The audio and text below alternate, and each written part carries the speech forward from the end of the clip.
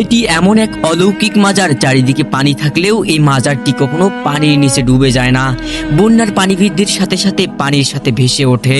মাজারের চারো সাইড মানুষ আসতে পারে না, বাসে থাও পায়। বন্যার পানিতে ডুবে যাওয়া তো দূরের কথা, স্থানীয়দের দাবি এখানকার গাছপালার ডালপালা পর্যন্ত কেউ কাটতে সাহস পায় না। এখনো কারো ক্ষমতা নেই একটা গাছের ডাল কাটা। যেই মাজারকে ঘিরে রয়েছে এত রহস্য, কিন্তু এই মাজারটিতে কে শায়িত আছে, কেন মাজারটি ডুবে যায় না, আর কেনই বা এখানকার ডালপালা কেউ কাটতে পারে না? কি এমন অলৌকিক রহস্য লুকিয়ে আছে এই মাজারের পেছনে? তার সরেজমিনে দেখতে আমি হাজির হয়েছি রংপুরের মাটিতে।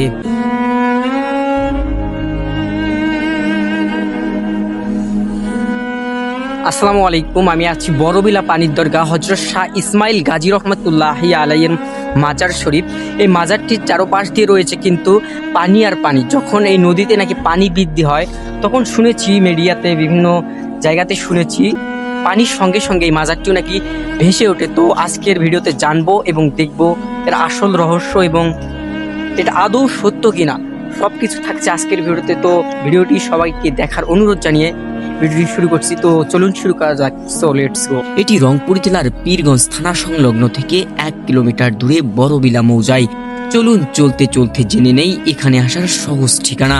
বাংলাদেশের যে কোনো প্রান্ত থেকে এই মাজারটি দেখতে আসতে চাইলে সর্বপ্রথম আপনাকে আসতে হবে রংপুর জেলার ঢাকা রংপুর মহাসড়কে অবস্থিত পীরগঞ্জ থানা সদরে।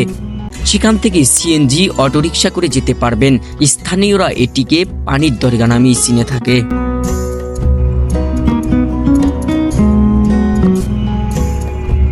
চলুন একটু ইতিহাস ঘেটে আসা যাক। ইতিহাস থেকে জানা যায় শাহ ইসমাইল গাজী রহমতুল্লাহ আলাইহি ছিলেন 15 শতাব্দীর একজন বিখ্যাত সুফি সাধক, ইসলাম প্রচারক এবং সাহসী সেনাপতি।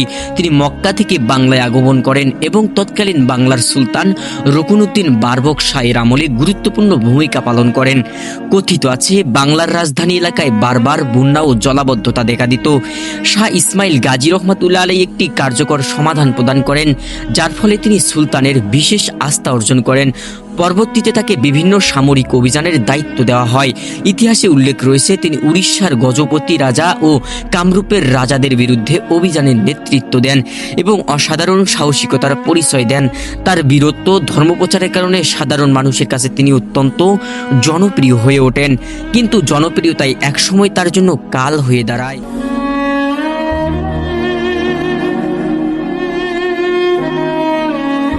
জনশ্রুতি অনুযায়ী কিছু প্রভাবশালী ব্যক্তি তার বিরুদ্ধে ষড়যন্ত্র করে সুলতানের কাছে মিথ্যা অভিযোগ করেন।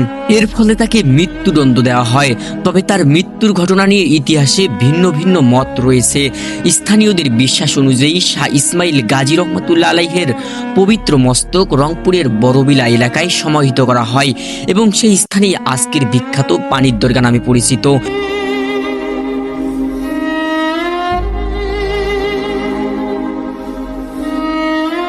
যদিও এই বিষয়ে বিভিন্ন ঐতিহাসিক মতভেদ রয়েছে, তবে শতাব্দীর পর শতাব্দী ধরে অসংখ্য মানুষ এখানে জিয়ারত করতে আসেন। বন্যার সময়ে দরগাহের চারিপাশে পানিতে ঘেরা থাকে। দূর থেকে দেখলে মনে হয় এ যেন পানির মাঝখানে একটি ছোট্ট দ্বীপ দাঁড়িয়ে আছে। এর অন্যান্য দৃশ্য স্থানটিকে আরো রহস্যময় ও আকর্ষণীয় করে তুলেছে। চাচা, এই যে এই মাজারটা আছে, এটার নাম কি বলে? শাহ ইসমাইল গাজীর দরগা বা মাজার, ওইটাই।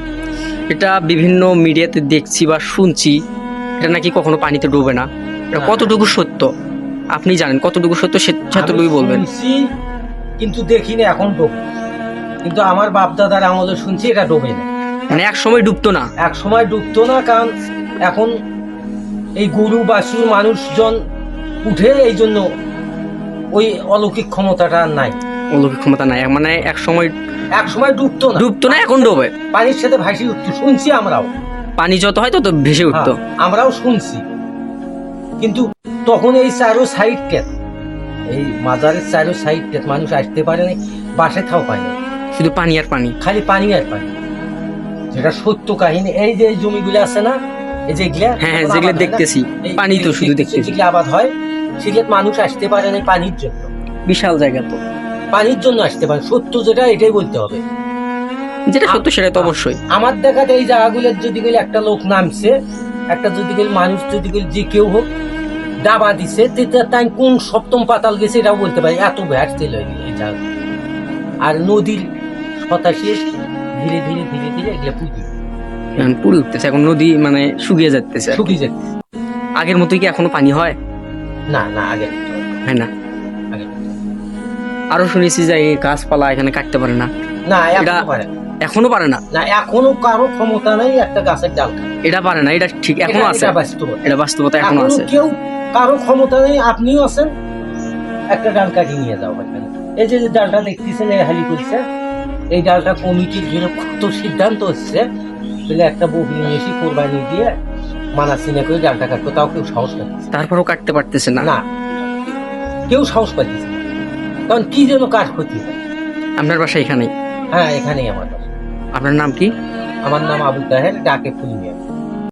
দর্শক মন্ডলী, আমাদের পেছনে দেখছেন আবু তাহের চাচা যতটুকু বললো যে এখানে এক সময় ডুবতো না, কিন্তু এখন ডোবে।